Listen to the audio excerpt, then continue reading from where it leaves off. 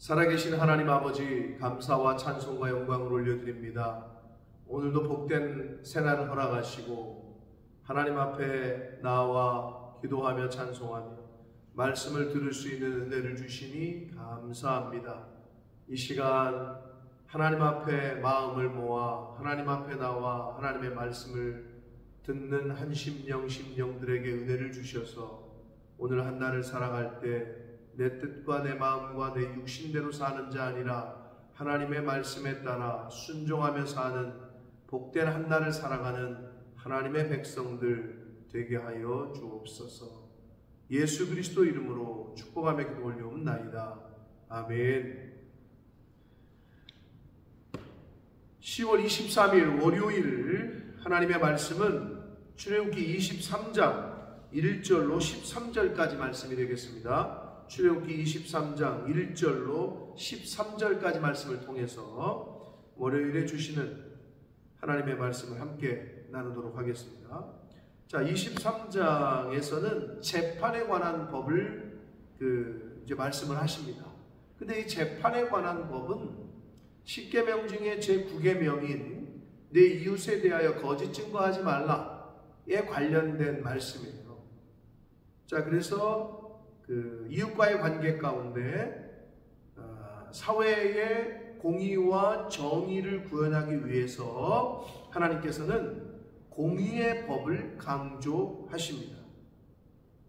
그리고 14절 이제 내일 살펴본 말씀에서는 이하에서는 안식년과 이스라엘의 3대 절기에 관한 말씀을 이제 14절 이후에는 합니다.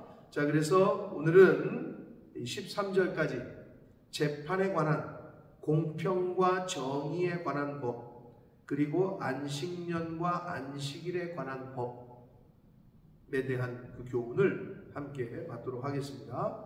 한 절씩 보겠습니다. 1절입니다. 너는 거짓된 풍설을 퍼뜨리지 말며 악인과 연합하여 위증하는 증인이 되지 말며.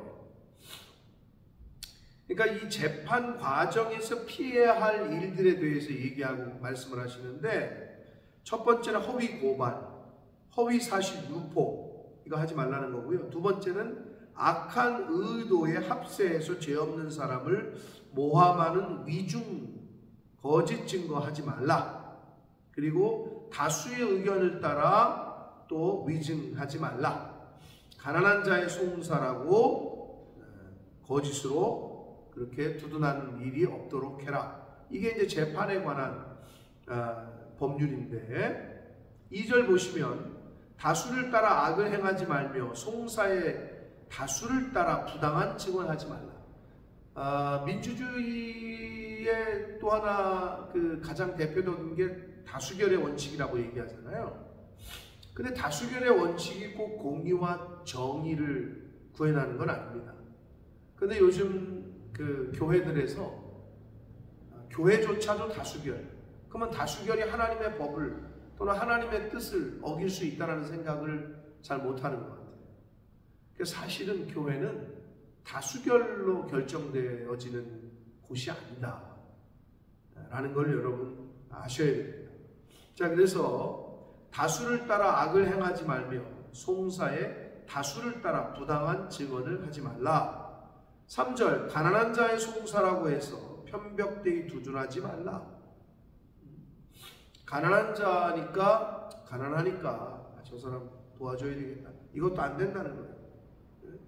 그냥 법대로 정직하게 공의대로 해야 함을 말씀을 해 주십니다. 자, 4절 봅니다. 내가 만일 내 원수의 길 잃은 소나 나귀를 보거든 반드시 그 사람에게 돌릴지니. 길 잃은 소나 길 잃은 나귀는 당연히 주인을 찾아줘야 되겠죠. 근데 여기서 뭐라고 했냐면 원수의 길 잃은 소, 원수의 길 잃은 나귀. 이거 보니까 누구네 거네? 근데 그 사람이 내 원수야. 예의 요놈 새끼 아주 그냥 쌤통이다. 잃어버렸나 보네. 응? 찾아주지도 않고 그 사람에게 알려주지도 않는다. 이거 안 된다는 거예요. 참 어렵죠, 사실은. 왜 우리 인간의 마음에 이 나쁜 놈, 내 원수 이런 마음이 들잖아요. 근데 이러기가 참 어려워요. 근데 하나님께서는 그걸 콕 집어 얘기하셔요. 원수의 길 잃은 소, 원수의 길 잃은 나비.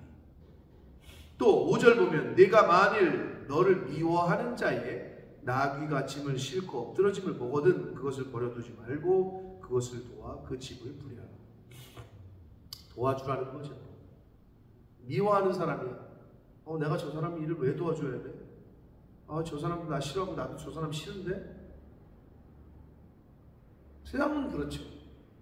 나도 너 꼴 보기 싫고 너도 나 꼴 보기 싫고 서로 안 보면 돼. 근데 하나님은 그렇게 하지 말라고 말씀하셔요. 이것뿐만 아니죠. 신약에 가서 예수님께서도 누차 말씀을 하신다. 사랑하는 성도 여러분, 세상 사람들도 그 정도는 해요. 근데 우리는 천국 백성이기 때문에 예수 그리스도의 십자가의 은혜를 덧입은 사람들이기 때문에 원수라고 여겨지는 사람, 미워하는 사람일지라도 도와주고 함께 해주고 오히려 축복해 줄 수 있는 거기까지 나아가시는 저와 여러분이 되셔야 될 줄 믿습니다. 참 어려워요. 근데 쉽지는 않은 거 알아요. 함께 노력해 봅시다.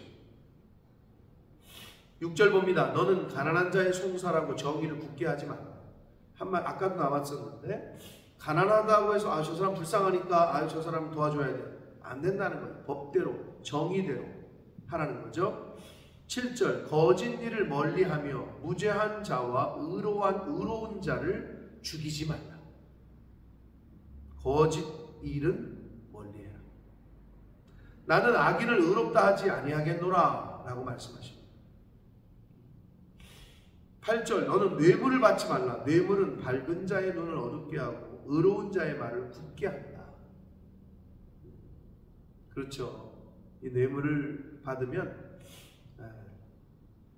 죄 없는 사람도 죄가 있는 게 될 때가 있고 죄가 있던 사람도 죄가 없는 거, 죄가 없는 사람도 죄가 있게, 죄가 있는 사람도 죄가 없게 이렇게 되기가 쉽다. 그 뇌물을 통해서 그거 안 된다. 9절 너는 이방 나그네를 압제하지 말라. 너희가 애굽 땅에서 나그네 되었은즉 나그네의 사정을 안다. 여러분 우리 옛말에도 과부가 호렙이 알아준다고. 그러니까 어려움에 처해봤으니까 너희가 나그네로 지내봤으니까 그 나그네들을 그렇게 압제하지 말고 도와주고 선대하고 라는 말씀을 하십니다. 세상은 유전무죄, 무전유죄라고 합니다. 돈이 있으면 무죄고 돈이 없으면 유죄라는 말을 합니다. 그런데 교회에서는, 하나님의 나라에서는, 하나님의 통치가 있는 곳에서는 그게 안 통한단 말이에요. 그리고 세상에서는 네 원수 갚아야지 라고 얘기합니다. 그러나 하나님의 통치가 있는 곳에서는 그게 아니란 말이에요. 저와 여러분이 하나님의 통치, 하나님의 백성으로 이 세상을 살아갈진대에 하나님의 법대로 말씀하신 대로 살려고 힘쓰시는 저와 여러분이 되어야 될 줄 믿습니다. 10절로 13절까지 해서는 안식년과 안식일에 관한 법입니다. 10절 보면 너는 엿새 동안은 너의 땅에 파종하여 그 소산을 거두고 일곱째 해는 갈지 말고 묵혀두어서 아무것도 하지 말라는 거죠. 내 백성의 가난한 자들이 먹게 하라. 그 남은 것은 들짐승이 먹으리라. 내 포도원과 감나무도 그리라. 그러니까 일곱째 해는 그냥 두라는 거예요. 그래서 그 남은 소산을 가난한 사람들이 와서 먹을 수 있도록, 그 후에는 동물들이 와서 먹을 수 있도록 하나님께서는 하나님이 창조하신 인간과 동물들까지도 배려를 하시는 법을 이렇게 만드셨어요. 12절 너는 엿새 동안에 내 일을 하고 일곱째 날에는 쉬어라.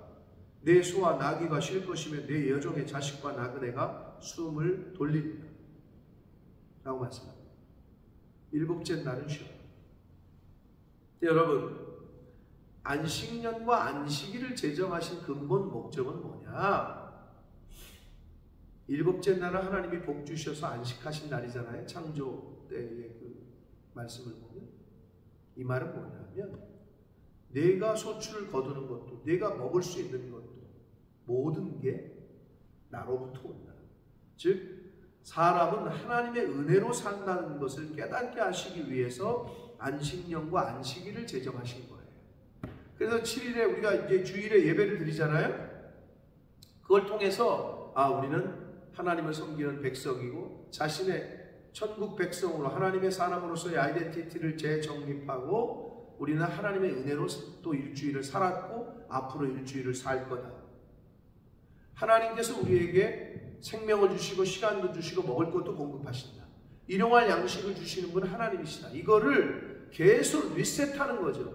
7일마다 주일마다 하나님 앞에 예배드림으로 나의 정체성 그리고 나의 생명의 주인은 하나님, 나의 모든 것은 하나님께로부터 온다.